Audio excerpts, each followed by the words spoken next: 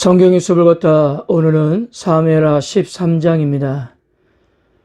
우리는 사무엘하 11장에서 우리아의 아내 밧세바와 간음한 다윗의 범죄와 12장에서는 하나님이 보내신 나단 선지자를 통해서 회개하는 모습을 살펴보았습니다. 이처럼 하나님은 다윗의 죄는 용서하셨지만 어제 12장에서 예고한 대로 그 죄에 대한 대가는 지불하도록 하셨습니다.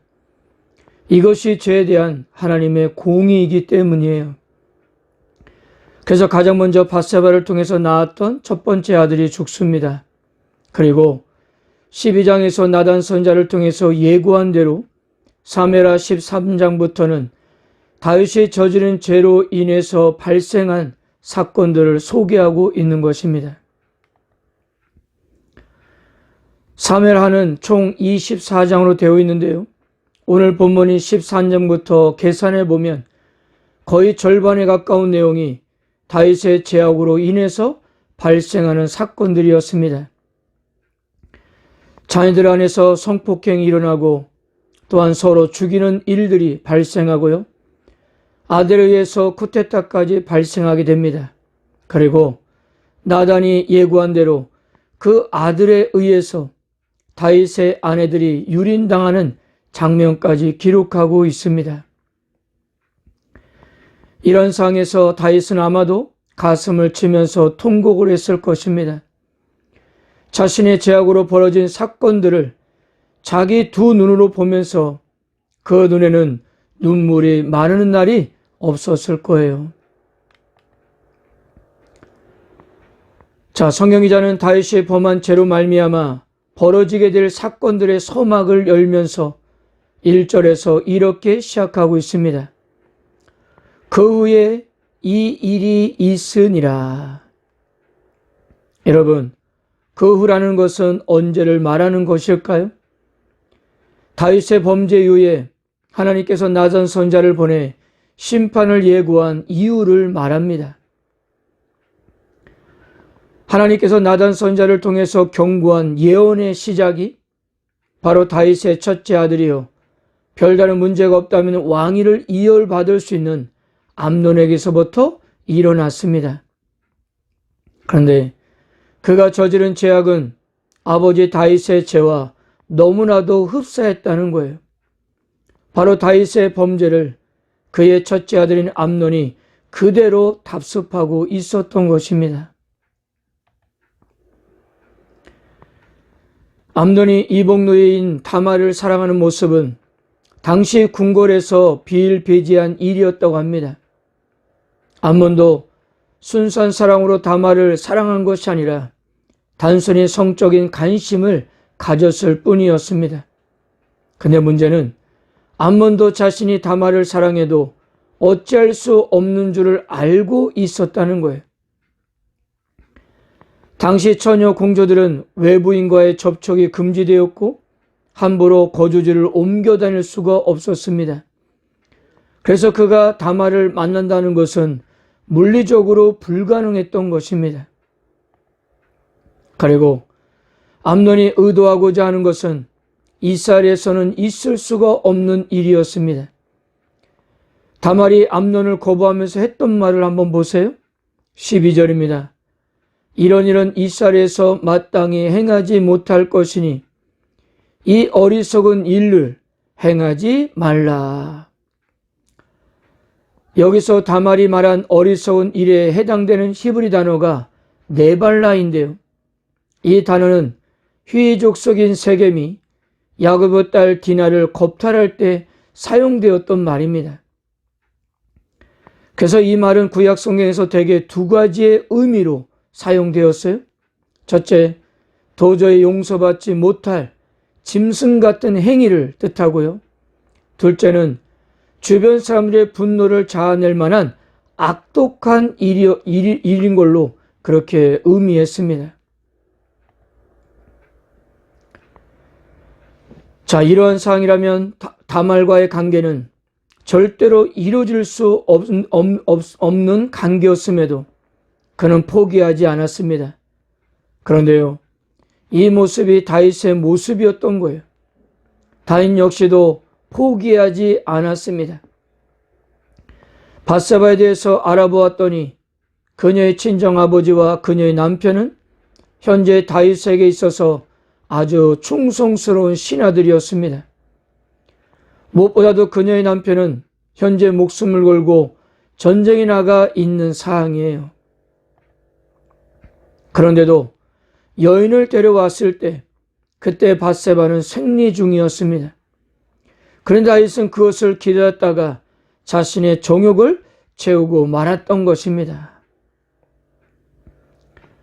얼마든지 돌이킬 수가 있었지만 이스라엘 안에서 있어서 안 되는 일, 어리석은 일을 행하고 말았던 것입니다.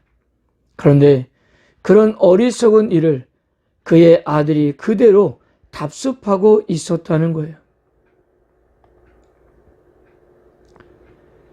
결국 아주 강교한 요나답의 조언을 따라 다말을 범하게 되는데요. 이 요나답의 조언이 얼마나 강교했는가 하면요, 암몬과 다말의 사건에 다윗을 개입시켰다는 것입니다.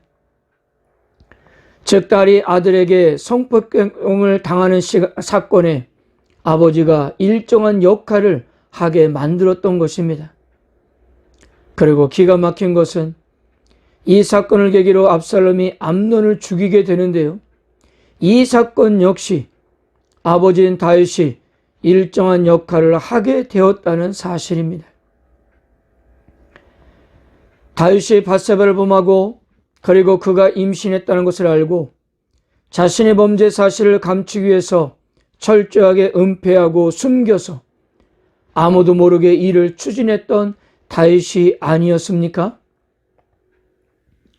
그런데 13장에 넘어오니까 다윗은 자신의 의도를 철저히 숨겼던 암논과 압살롬에게 철저히 속고 있었던 것입니다.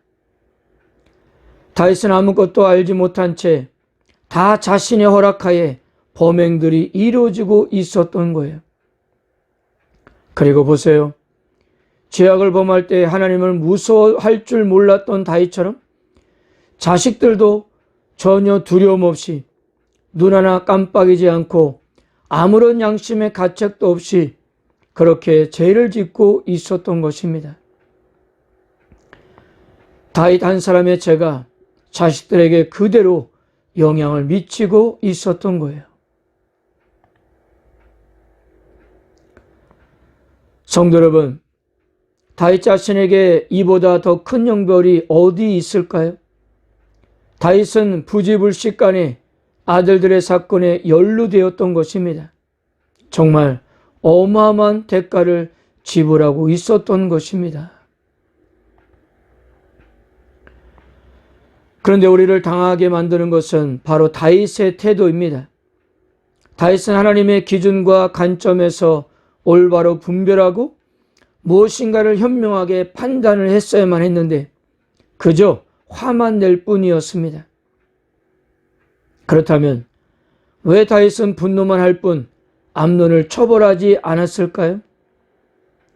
우리 성경에서는 분명하게 드러나지 않지만 70인역 성경을 보면 어느 정도 힌트를 얻을 수 있습니다. 21절을 70인역으로 읽어보면요, 이렇습니다. 왕 다윗이 이 모든 일을 듣고 크게 분노했다.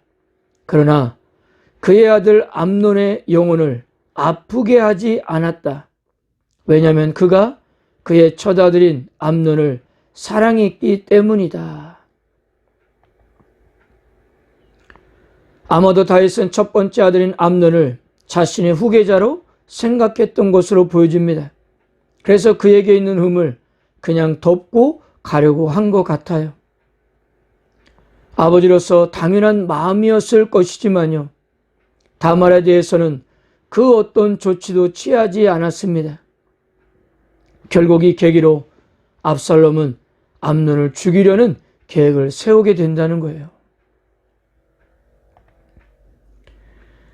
23절을 보면 만 2년 후에라고 되어 있는데요.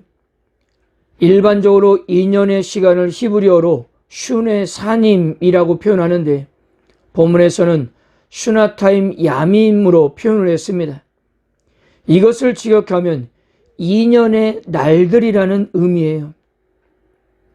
다시 말해 압살롬은 2년을 하루 단위로 계산하면서 이 거사를 준비하고 기다렸다는 뜻이에요. 2년 동안 한순간도 이 사건을 잊지 않고 마음속으로 칼을 갈며 기회를 기다리고 있었던 것입니다. 결국 그 거사도 아버지 다윗의 허락하에 이루어지게 됐다는 거예요.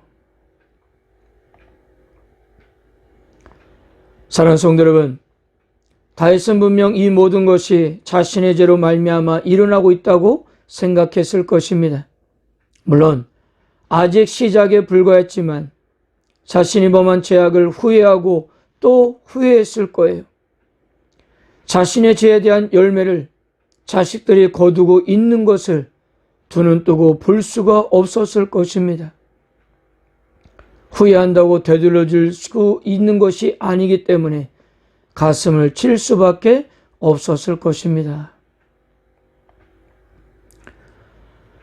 그러므로 사랑하는 성도 여러분, 우리가 살아가면서 하나님 앞에 구별된 삶을 살아가고 아무리 작은 죄라 할지라도 결코 가벼이 여길 수 없는 이유가 바로 이러한 이유 때문입니다. 나의 삶은 나 한 사람의 삶으로 끝나는 것이 아니라 반드시 영향을 받는 대상이 있기 때문입니다. 그래서 어떤 상황 속에서도 늘 하나님을 의식하면서 죄악의 유혹 앞에서 더욱 지켜달라고 하나님께 매달려야 한다는 거예요. 우리들이 하나님을 더욱더 가까이 하면서 내 가정도 내 자녀들도 그 길을 아름답게 걸어갈 수 있도록 우리들의 삶이 저들에게 모범이 되어야 한다는 사실입니다. 여러분들의 삶 가운데 또 여러분들의 가정과 자녀들 가운데 이런 놀라운 은혜가 함께 하시기를 축복합니다. 아멘.